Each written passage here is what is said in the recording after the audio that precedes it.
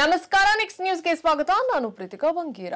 ಬೆಂಗಳೂರಿನ ಐಟಿ ಕಾರಿಡಾರ್ಗೆ ಸಂಪರ್ಕವನ್ನ ಕಲ್ಪಿಸುವ ನಿತ್ಯ ಸಾವಿರಾರು ಜನರಿಗೆ ಸಾರಿಗೆ ಸೇವೆಯನ್ನ ಒದಗಿಸಬಲ್ಲಂತ ನಮ್ಮ ಮೆಟ್ರೋ ಹಳದಿ ಮಾರ್ಗದ ಕಾರ್ಯಾಚರಣೆ ಮತ್ತೆ ವಿಳಂಬವಾಗಲಿದೆ.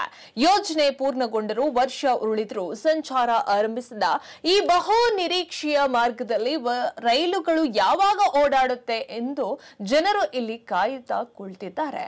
ಈಗಾಗಲೇ ಕೆಲವು ಬಾರಿ ಪ್ರಯಾಣಿಕರ ಆಸೆ ಹುಸಿಯಾಗಿದೆ. ಕಾರ್ಯಾಚರಣೆಗೆ ವಿಳಂಬ ಮಾಡ್ತಾ ಇರುವಂತ BMRCL ವಿರುದ್ಧ ಜನರು ಆಕ್ರೋಶವನ್ನ ಹೊರಹಾಕ್ತಾ ಇದ್ದಾರೆ. ಇನ್ನು ಚಾಲಕ ರಹಿತ ರೈಲುಗಳು ಹಳದಿ ಮಾರ್ಗದಲ್ಲಿ ಓಡಾಡಲಿವೆ. ಆದರೆ ಬೆಂಗಳೂರಿಗೆ ಬರಬೇಕಾಗಿದ್ದಂತ ಡ್ರೈವರ್ ಲೆಸ್ ರೈಲು ಸೆಟ್ಗಳು ಬರುವುದು ತಡವಾಗಿದೆ. ಬೆಂಗಳೂರು ಮೆಟ್ರೋ ರೈಲು ನಿಗಮ ಚೀನಾ ಕಂಪನಿಯ ಜೊತೆ ಒಪ್ಪಂದವನ್ನ ಮಾಡಿಕೊಂಡಂತೆ ಪಶ್ಚಿಮ ಬಂಗಾಳದ ಕೋಲ್ಕತಾದ ಟಿಟಾಗಾರ್ ರೈಲ್ವೆ ಸಿಸ್ಟಮ್ ತಯಾರಿಸಿದ ದೇಶಿ ಡ್ರೈವರ್ ಲೆಸ್ ಅನ್ನ ಜನವರಿ 6ರಂದು ರವಾನಿಸಲಾಗಿದೆ.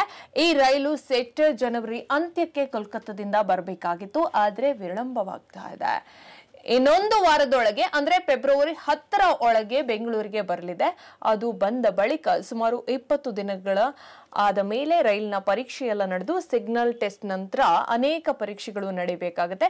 ಬಳಿಕವೇ ಈ ಮಾರ್ಗ ಕಾರ್ಯಾಚರಣೆ ಬಗ್ಗೆ BMRCL ನಿರ್ಧಾರವನ್ನ ಕೈಗೊಳ್ಳಲಿದೆ.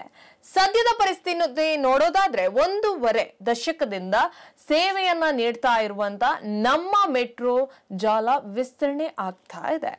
ಆದ್ರೆ ರೈಲುಗಳು ಅಷ್ಟೇ ಇವೆ. ಇದೀಗ ಹೊಸ ಮಾರ್ಗಕ್ಕೆ ಬೇಕಾದಂತ ರೈಲು ಇಲ್ಲದ ಕಾರಣ ಹಳದಿ ಮಾರ್ಗದಲ್ಲಿ ಅತಿ ಕನಿಷ್ಠ ರೈಲುಗಳಿಂದ ಕಾರ್ಯಾಚರಣೆ ಆರಂಭವಾಗುವ ನಿರೀಕ್ಷೆ ಕೂಡ ಇಲ್ಲಿ ಇದೆ.